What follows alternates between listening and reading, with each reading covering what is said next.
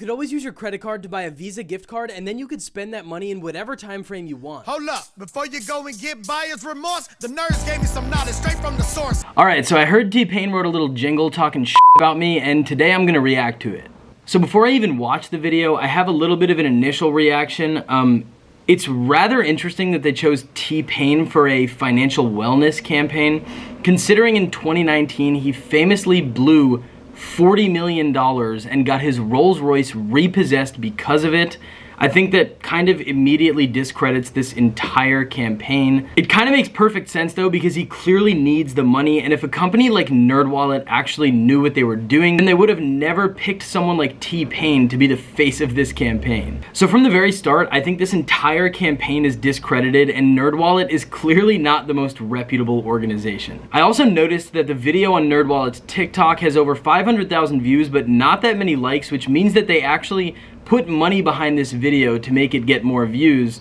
And to be honest, as a company based on the internet, I wish they would just figure out how to make the video go viral. NerdWallet clearly can't get views on their own. All right, that's enough. Let's get into the video here. You're buying gift cards just to make you sign on bonus? That'll get you a bunch of cards and a warning notice. They used very little context of my original video, but they're clearly trying to say that I am wrong about something that I said. So let's take a step back really quick and let me just tell you about the video. As many of you may know, a lot of times credit card companies will offer you a sign-on points bonus when you hit a minimum spend after a certain amount of time. For example, you may have to spend $2,000 in your first 3 months of having the card to get a bunch of points. Now, let's say you're having trouble meeting that minimum and maybe you have like a week left and you've only spent $1,500 and you need to spend an extra $500. You can always buy a $500 Visa gift card and then spend that money at your own pace. Now, I want to be clear here and say that credit card companies don't absolutely love this move, and I wouldn't recommend taking advantage of the system all that much,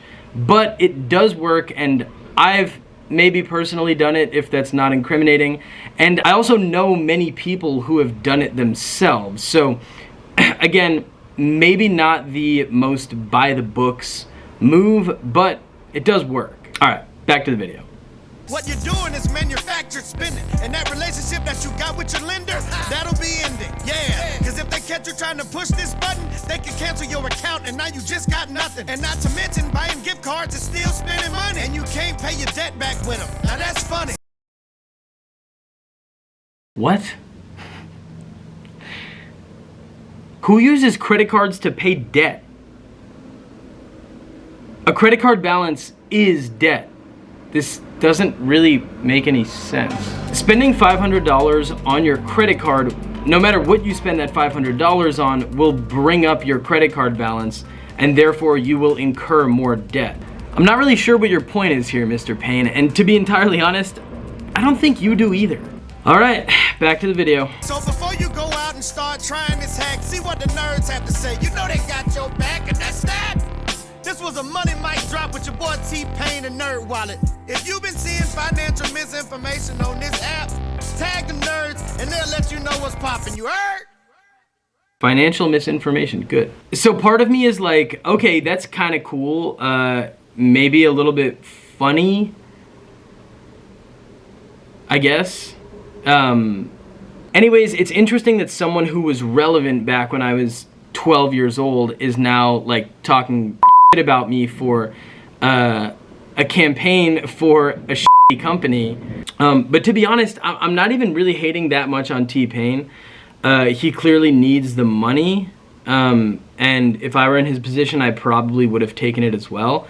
But the big problem really is with NerdWallet. I think it's really weird that NerdWallet is trying to bash creators for their own personal gain, especially when they rely on creators a bunch for traffic. A lot of the traffic that's driven to them is driven to them because of creators. As a creator, I will never work with NerdWallet because they clearly have zero respect for their creators, and they're obviously just kind of trying to use us like puppets. Now, I normally don't make videos like this that are negative, but honestly, this one was just interesting, and I think it's funny and perhaps entertaining for you to watch. But if you're not subscribed to me yet, then make sure you subscribe to me for some more financial misinformation, at least according to NerdWallet.